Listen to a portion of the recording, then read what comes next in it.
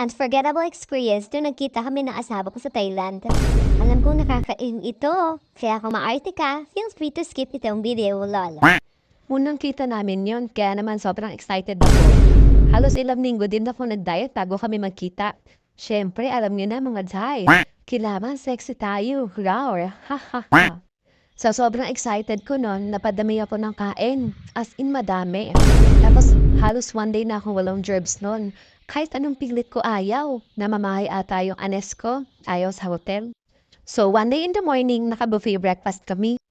Kahit alam kong may issue na yung tiyan ko noon, for dalapang pa din ako. Iniisip ko, naku, minsan lang naman, hayaan na nga. Hindi naman siguro maglolo ko. Baka excited pa din ako, kaya wala sila sa magdumabas sa tiyan ko.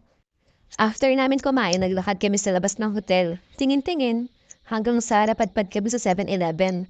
So itong si asawa, busy kakabili. Ako naman, hindi na mapakali.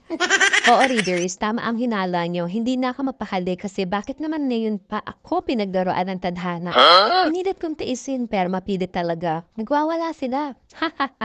So sabi ko, okay, hindi ko na kaya. Babalik ako sa hotel. Kaso, nahihiya pa ako magsabi sa kanya noon kasi baka ma-turn off siya nun sa akin. Unang kita, hello. Nag-comedit pa siya sumama sa akin sa hotel. Sabi ko, wag na, mabilis daw naman ako. Ayaw ko pa umamin. Fast forward. Bumalik ako mag-isa sa hotel. Sa sobrang taranta ko, nakalimutan ko anong floor kami. Hindi na ako makatayo ng diretso noon. Nagdadasal ako na sana wag naman dito sa elevator. Kasi what the heck? Imagine ninyo, di ba? So finally, naalala ko kung anong floor kami. Kasi yung room number naman na nakalimutan ko. Napakapili talaga ng tadhana. Inalala ko mabuti. Hanggang sa nakarating na ako. Ang problema, hindi ako marunong gumamit ng ditap na card sa pintuan. Kaya bumukas ng pinto. Gusto ko nang sirain. Kahit anong pilit ko ayaw. It was at this moment that he knew.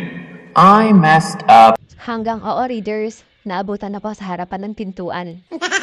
Nung time na yun, gusto ko magpakain sa lupa. Finally, bumukas na yung pintuan. Agad akong naligo at naglinis. Mabuti na lang hindi ko kasama yung boyfriend ko noon. Grabe, alam mo yung salo-salo mo yung anes mo noon? Ha ha ha. Lahat ata ng kinain ko that time, nailabas ko. Grabe, nakakahiya. Yet kapag naaalala ko ngayon, nakakatawa. Lesson learned? Meron ba? Huwag mahiya magsabi at huwag kumain ng madami. Kung ayaw niyo magaya sa akin, joke. Okay naman kami ngayon, happily married here sa India. Comment down below ang funny and unforgettable experience nyo. Feel free to share and direct message and I will voice over as anonymous. Thank you for watching!